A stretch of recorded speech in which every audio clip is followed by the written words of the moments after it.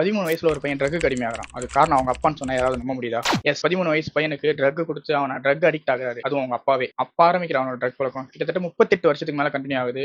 ஏகப்பட்ட அரெஸ்ட் ஆகிறான். இல்லீகல் கன் யூஸ் பண்ணி அரெஸ்ட் ஆகிறான். ட்ரக் யூஸ் பண்ணி அரெஸ்ட் ஆகிறான். ஓவர் ட்ரக்ஸ் எடுத்துக்கிட்டு இதெல்லாம் கூட பரவாயில்ல. ஓவர் போதையில யார் என்னன்னு தெரியாத ஒரு வீட்டுல போயிட்டு அதோட குழந்தை பக்கத்திலேயே படுத்து தூங்கிருக்கான். அதனால அவங்க வீட்டுல இருக்க பேரண்ட்ஸ் கம்ப்ளைண்ட் பண்ணி அதனால ஒரு அரெஸ்ட். இவரோட ட்ரக் பழக்கத்தினால இவரோட ஆள் இவரை விட்டுட்டு போகுது. இவர் ஒர்க் பண்ற ஒர்க்கை இவரால் கண்டினியூ பண்ண முடியல. ஏகப்பட்ட ப்ராப்ளம்ஸ் ஃபேஸ் பண்றாரு. இதனாலேயே இப்படி இருந்த ஒரு மனுஷன் தன்னோட 40 வயசுல சூசன் ஒரு பண்ண பாக்குறாரு. அவங்க மேரேஜும் பண்றாரு. அவங்களோட ஹெல்ப்பால எப்படியாவது இந்த ட்ரக் பழக்கத்துல இருந்து வெளியே வரணும்னு சொல்லிட்டு என்னென்னமோ பண்றாரு. Martial arts கத்துக்கிறாரு. ரீஹாப் சென்டருக்கு போறாரு. மெடிடேஷன் பண்றாரு. பட் ஃபைனலி அவர் அந்த பழக்கத்தை விட்டு வெளியே வராரு.